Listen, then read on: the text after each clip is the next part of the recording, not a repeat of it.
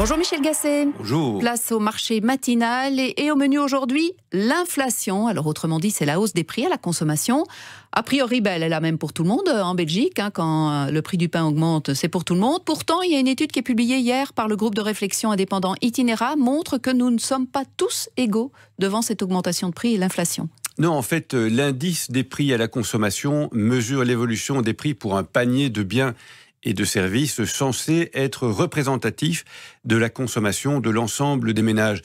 Mais bien sûr, les profils de consommation varient d'un ménage à l'autre. Un ménage ne consomme pas comme l'autre et, selon l'économiste Jean Hendrix, effectivement, les ménages pauvres subissent une inflation plus forte que les ménages aisés.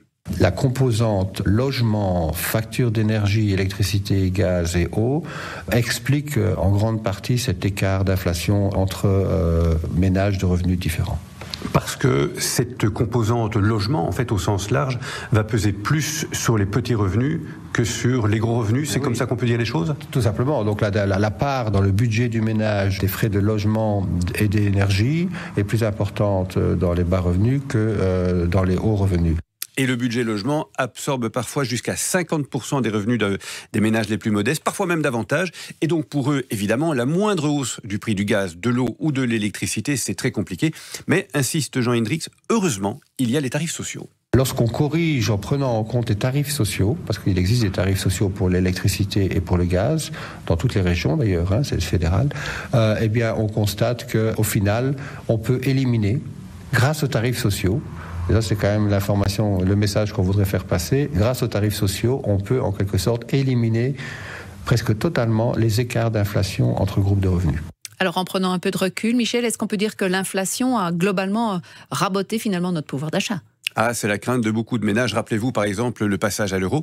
Mais les données rassemblées par Jean Hendrix montrent que non, le pouvoir d'achat des ménages n'a pas été raboté par l'inflation pendant la période 2011-2018, c'est la période qu'il a étudiée, notamment grâce à l'indexation automatique des salaires. C'est vrai que cette indexation se fait sur un indice qui est plus faible que l'indice des prix à la consommation, c'est l'indice santé, duquel on a retiré les carburants et les alcools.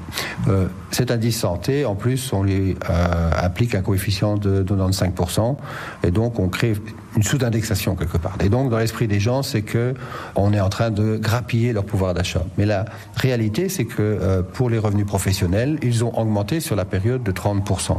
L'inflation maximale pour un ménage sur la période est de 17,5%. Donc on a grosso modo des revenus professionnels qui augmentent 2 fois plus vite que l'inflation, ce qui veut dire que le pouvoir d'achat a globalement augmenté de 15% sur la période. Évolution similaire pour les retraités, ajoute Jean Hendrix. En moyenne, la période leur a été favorable aussi avec la revalorisation des petites pensions, l'enveloppe bien-être et l'indexation automatique évidemment. La pension moyenne, si je prends le régime salarié, a augmenté de 30% sur la période, c'est-à-dire 2 fois plus que l'inflation, ce qui signifie à nouveau une augmentation du pouvoir d'achat sensible pour ce groupe. Mais attention, ça ne signifie évidemment pas que tous les retraités roulent sur l'or, ce n'est pas le cas. On parle ici des pensions moyennes et vous l'aurez compris, la perception et la réalité d'ailleurs de l'inflation dépend beaucoup de notre profil de consommation. Voilà, dis-moi ce que tu consommes, je te dirai comment tu vis. Merci Michel, il est 6h56.